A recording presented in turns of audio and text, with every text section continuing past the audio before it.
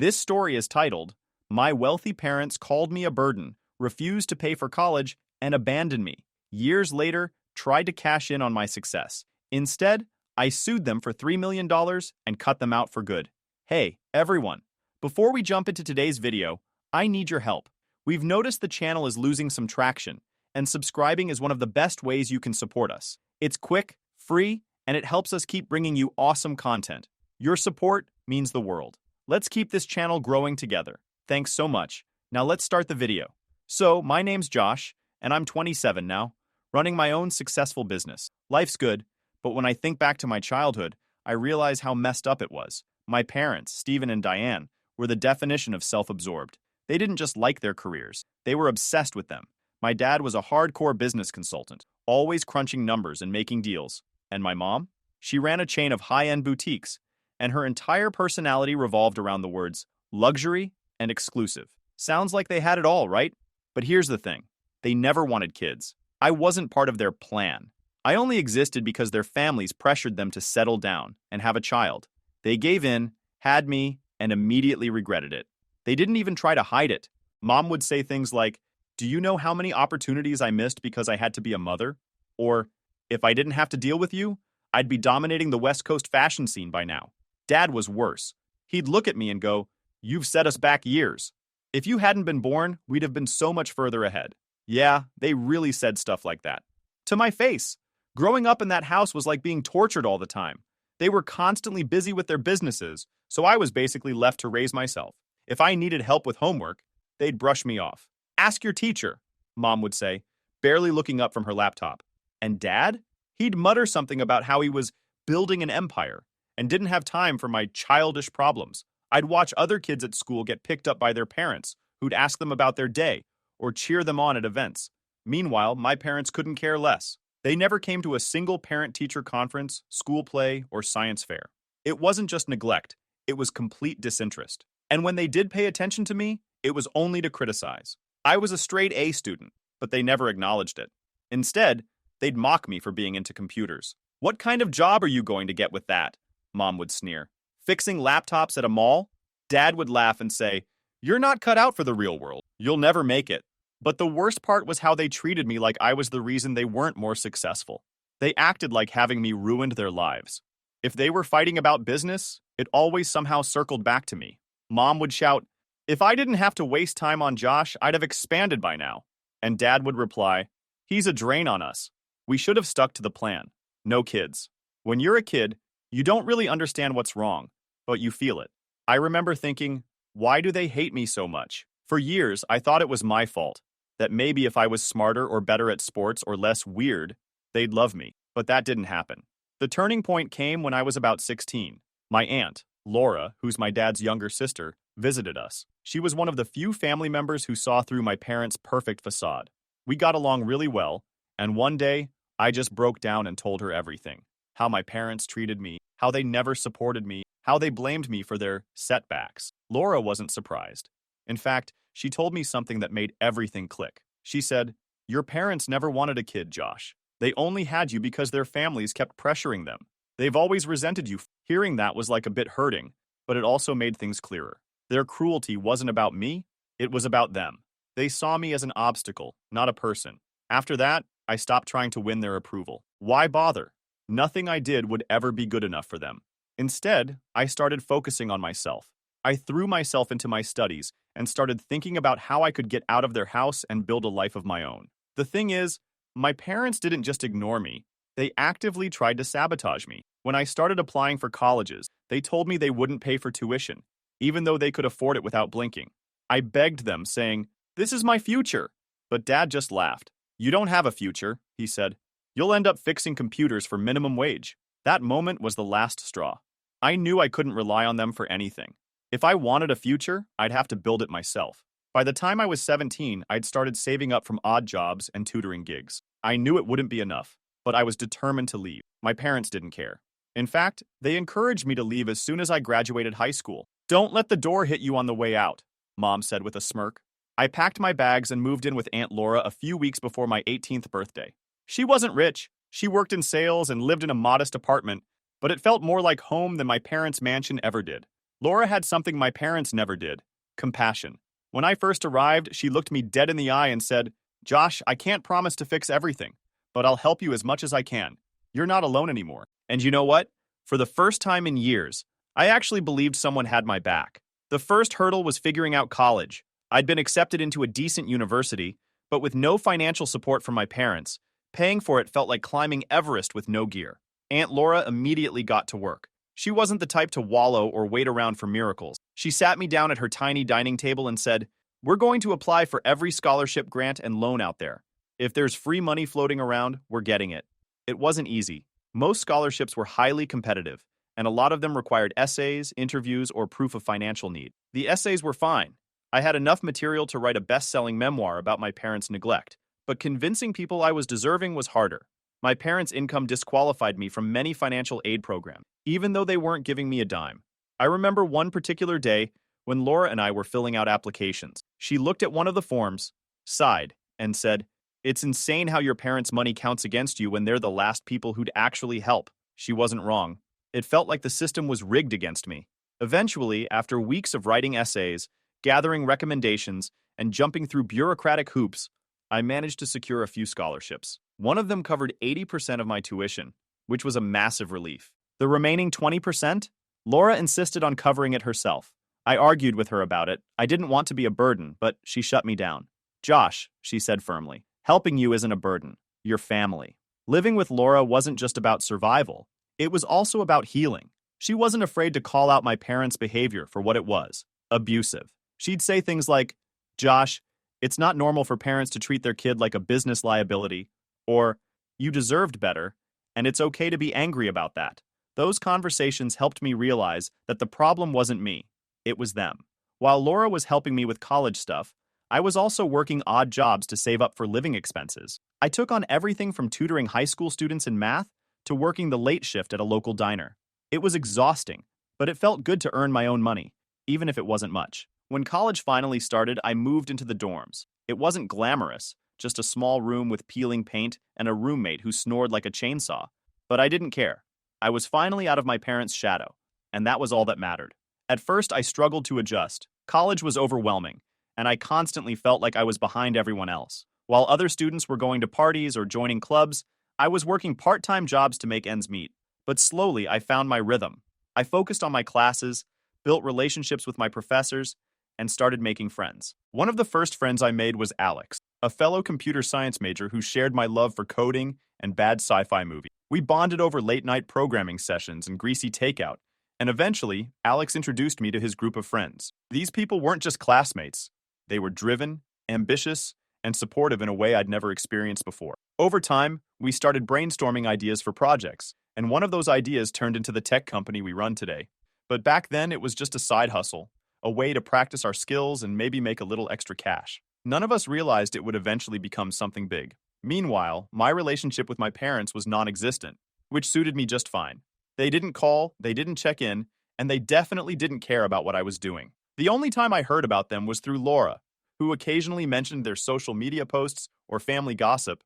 Apparently, they were still living their picture-perfect lives. But every once in a while, I'd feel this pang of and anger. pretending I didn't Not because I exist. missed them, I didn't, but because I knew they were probably telling their friends some twisted version of the truth. I could imagine them saying, "Josh chose to leave," or "We gave him everything, but he wanted to go his own way."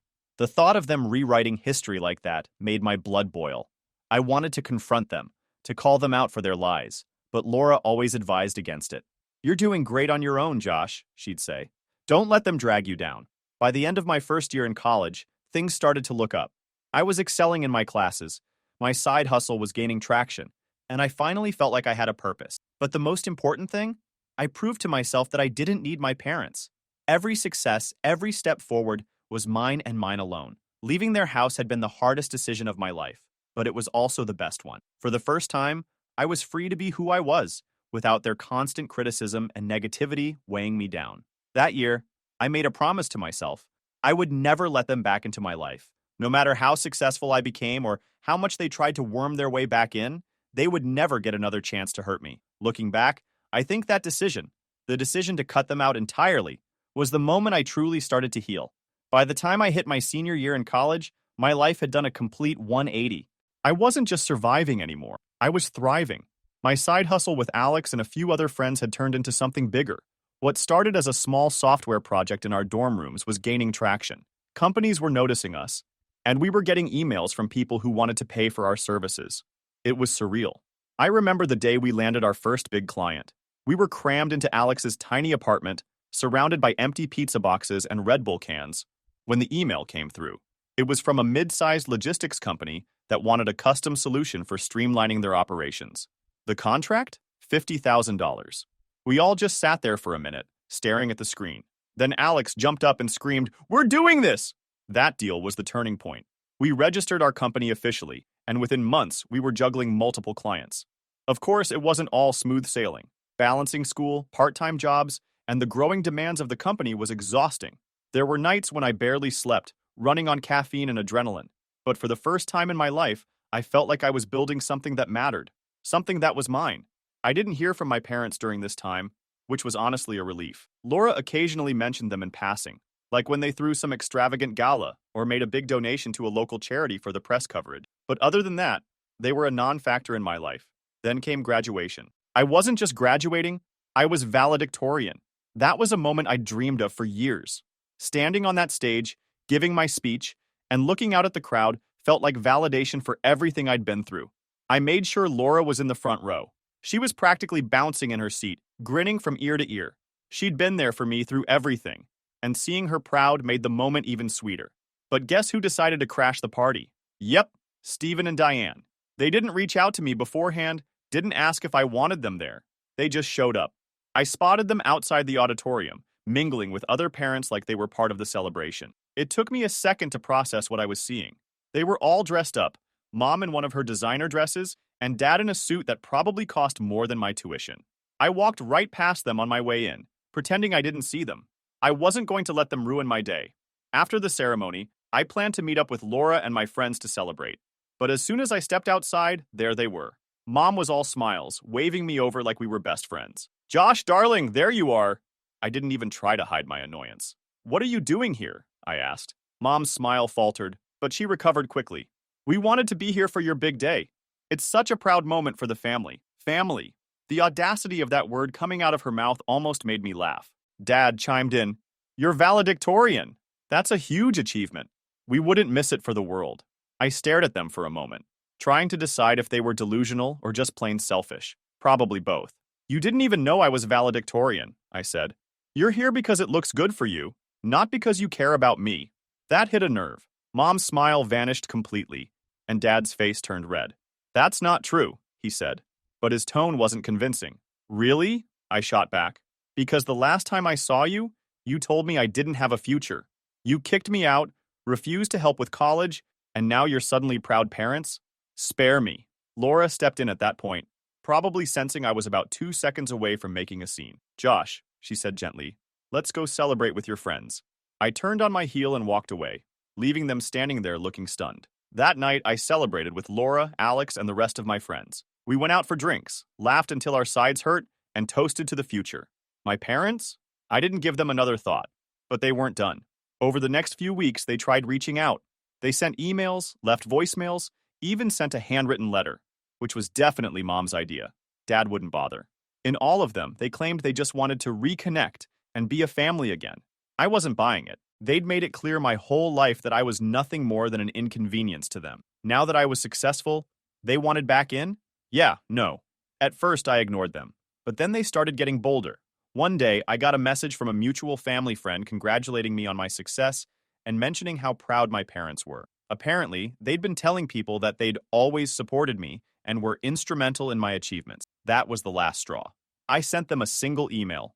"Do not contact me again. I'm done."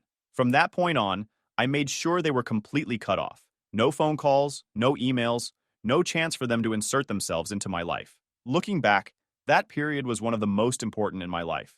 I realized that success isn't just about what you achieve, it's about who you surround yourself with. My friends, my aunt, and the team I built with Alex were my real family. Steven and Diane, they were nothing more than strangers who happened to share my DNA. I thought I was finally free of my parents. After graduation, I moved to a new city, set up shop with my business partners, and started focusing on growing the company. Life was finally falling into place. My relationship with Laura stayed strong. My friends became like family, and business was booming. But of course, Stephen and Diane couldn't stay out of my life for long. It started with a random phone call.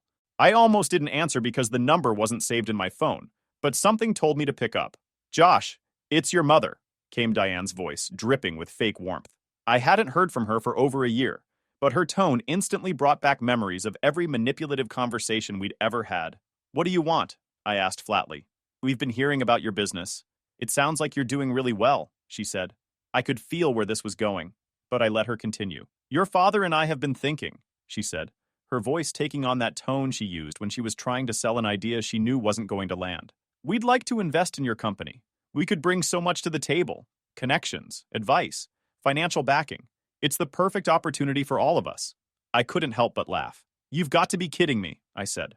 "No, we're serious," she replied, her tone growing defensive. "We've always believed in your potential, and now that you've proven yourself, we think it's time to put the past behind us and work together as a family." That was it for me. "You want to work together as a family?" I said, my voice sharp.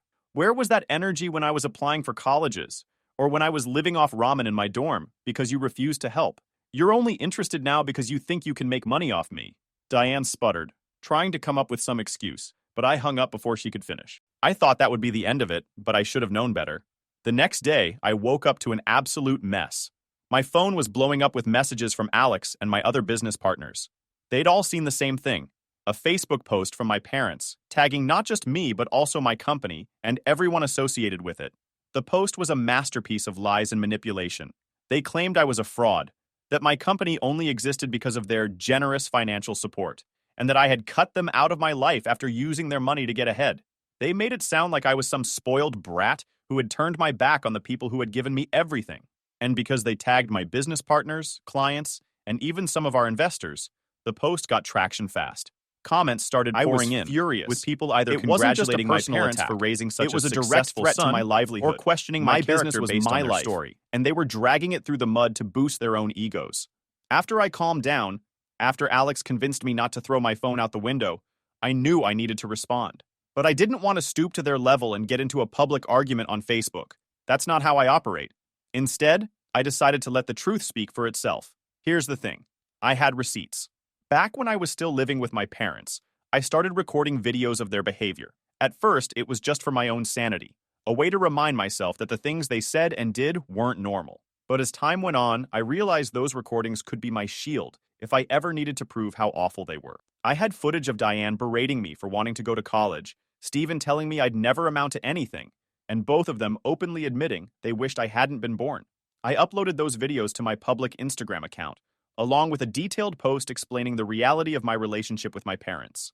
I laid everything out, how they never wanted me, how they kicked me out when I turned 18, and how they were now trying to profit off my success. I didn't hold back, but I also didn't embellish. The truth was damning enough on its own.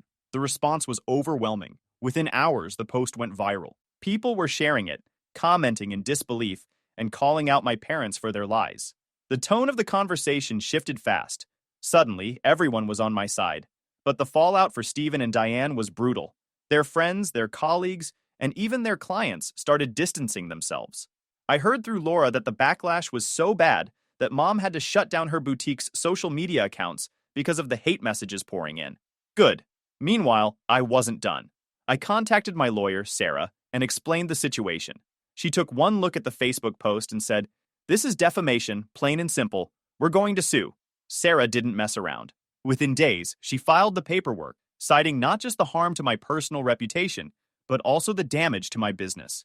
Alex and the rest of the team were fully on board. They'd seen the impact firsthand, with clients pulling out of deals and investors hesitating to move forward. When my parents were served with the lawsuit, they freaked out. I got a series of frantic voicemails from Diane, alternating between tearful apologies and angry accusations. Stephen, of course, took the tough guy route, leaving a single message that said, "You're making a big mistake, Josh. This won't end well for you." "Sure, Dad, because your track record with predictions has been so great." I didn't respond. I let Sarah handle everything while I focused on damage control with my business. My partners and I reached out to every client and investor personally, explaining the situation and providing proof of the truth. It was a lot of work, but it paid off. By the end of the week, we had regained most of the trust we'd lost. My parents, on the other hand, were starting to realize they'd seriously miscalculated. When the lawsuit hit my parents, they didn't just lose their minds. They lost any sense of strategy. Instead of laying low or hiring a good lawyer to handle things quietly, they went full chaos mode. They started calling everyone in the family, crying about how I was ruining their lives and trying to paint themselves as the victims. The irony? They hadn't spoken to most of these relatives in years. Suddenly, Stephen and Diane were reaching out to everyone from distant cousins to my mom's estranged sister, pleading for sympathy. They even had the audacity to call Aunt Laura, trying to guilt her into convincing me to drop the case. Laura, being the absolute badass she is, shut them down immediately. She told them, in no uncertain terms, that they had no one to blame but themselves. "Josh owes you nothing," she said. "You made your bed. Now lie in it." Then she hung up. Meanwhile, I stayed focused on the lawsuit. Sarah was working overtime, gathering evidence, filing motions, and prepping for what was shaping up to be a major legal showdown. She assured me we had a solid case, but she also warned me that my parents would try every dirty trick in the book to avoid taking responsibility. She wasn't wrong. About a week after the lawsuit was filed, my parents launched their next attack. They tried to undermine me publicly again. This time, instead of another Facebook post, they started contacting local media outlets, pitching themselves as the misunderstood parents of a ruthless tech CEO. One of the smaller local papers actually ran their story. The article was a mess, full of half-truths and outright lies. It described me as an ungrateful son who had turned his back on his loving parents after they sacrificed so much for him. They claimed they'd supported me financially through college, a total lie, and that I had cut them off for no reason. When I saw the article, I was furious. My parents weren't just attacking me anymore. They were actively trying to destroy my reputation in the community. I sent the article to Sarah, and she immediately added it to our defamation case. But I wasn't just going to sit back and let them control the narrative. I decided it was time to escalate. The next day, I sat down with Alex and my other business partners to discuss our strategy. They were all on board with going public again, this time with more clarity and context. "People need to know the whole story," Alex said. "You've been way too nice for too long." So, I made another Instagram post. This time, I didn't just share the videos. I shared screenshots of text messages and emails from my parents dating back years. Messages where they called me a waste of time and money, where they refused to help with college, and where they explicitly said they didn't care about my future. I also addressed the local newspaper article directly, refuting every single lie they'd told. I included receipts, bank statements showing I'd paid for college myself, letters from my scholarships, and even a heartfelt note from Aunt Laura that she'd written me during my first semester. The post blew up. Within hours, it had tens of thousands of likes and comments. People were outraged, not just at my parents, but at the newspaper for running such a biased story. Other outlets picked up the post, and suddenly, the narrative shifted completely. My parents were getting roasted online. People flooded their social media accounts with comments calling them out for their lies. Diane deleted even her personal profiles, and Stephen's LinkedIn profile mysteriously disappeared. It was clear they were feeling the heat. Then came the emails. Diane sent me a long, rambling message, alternating between apologies and veiled threats. She claimed she'd only gone to the media because she felt cornered, and said she never meant to hurt me. She begged me to take down my posts, saying the backlash was destroying their lives. Stephen, of course, took a different approach. His email was short and angry. "You're playing with fire, Josh. If you don't stop this, we'll sue you for slander and invasion of privacy." I forwarded both emails to Sarah. "Let them try," she said with a smirk. "They don't have a leg to stand on." The legal proceedings officially kicked off 2 weeks later. My parents had finally hired a lawyer, but it was clear they weren't prepared for what was coming. Sarah was a shark in the courtroom, tearing apart every weak argument their lawyer tried to make. The evidence we presented was damning. The videos, the text messages, the emails, the Facebook post, it all painted a clear picture of who my parents really were. Even their lawyer seemed embarrassed by the end of the first hearing. At one point, Diane tried to speak directly to the judge, claiming she'd been misunderstood and that I was exaggerating. The judge shut her down immediately. "This isn't the time for personal statements," he said. "Let your lawyer do the talking." It was glorious. By the time the mediation phase rolled around, my parents were desperate to settle. They knew they couldn't win in court, and they were bleeding money trying to fight the case. Their lawyer approached Sarah with an offer. They'd pay $500,000 in damages if I agreed to drop the suit and remove my posts. I laughed when Sarah told me. "Not a chance," I said. "They've done too much damage for that to even come close." Sarah went back with a counteroffer. $3 million. No negotiation, no concessions. They'd pay the full amount, publicly apologize, and stay out of my life for good, or we'd take it to trial. After a few days of back and forth, they caved. The day the settlement was finalized felt unreal. I sat across from Sarah in her office, staring at the final paperwork. Stephen and Diane had agreed to pay the full $3 million, issue a public apology, and best of all, they were legally barred from contacting me ever again. When Sarah handed me the pen to sign the papers, I hesitated for a second, not because I had doubts, but because this moment was so much bigger than the money. It was about standing up for myself, proving that they couldn't control me anymore. Once I signed, it was done. No appeals, no second chances. They were out of my life, for good. Their public apology was everything I hoped it would be. Awkward, forced, and completely humiliating for them. It was plastered on their social media accounts for everyone to see, where they admitted to their lies, manipulation, and the harm they'd caused me and my business. The comments under their posts were savage. People called them out for being terrible parents, fake philanthropists, and all-around awful human beings. Diane ended up disabling comments after a few days, but the damage was done. Their social circle was gone. Their reputations were in shambles, and no amount of spin could fix it. They'd lost their credibility, their connections, and their ability to manipulate people. As for the $3 million, it went to good use. A big chunk went straight into my business, allowing us to expand faster than we'd ever planned. I also made sure Aunt Laura was taken care of. I gave her enough to pay off her mortgage and sent her on the vacation of her dreams, a month-long trip to Italy. She cried when I told her, but honestly, it was the least I could do for the person who saved my life when I had no one else. Since then, life has been peaceful. My business is thriving, my friends are still by my side, and I've built a life I'm proud of. For the first time, I feel like I'm in control of my own story, instead of living in the shadow of Stephen and Diane's selfishness. Do I ever think about them? Sometimes. I wonder if they regret the choices they made, or if they're still sitting in their big house, blaming me for everything that went wrong in their lives. But honestly, I don't care. Their opinions, their lies, their existence, it's all irrelevant to me now. So yeah, that's my story. A little messy, a little chaotic, but it all worked out in the end. To anyone dealing with toxic parents or family, don't let them define you. Build your own life, surround yourself with people who actually care about you, and don't be afraid to fight back when they try to tear you down. Anyway, thanks for your time, Redditors. Time to grab a drink and enjoy this life I built for myself.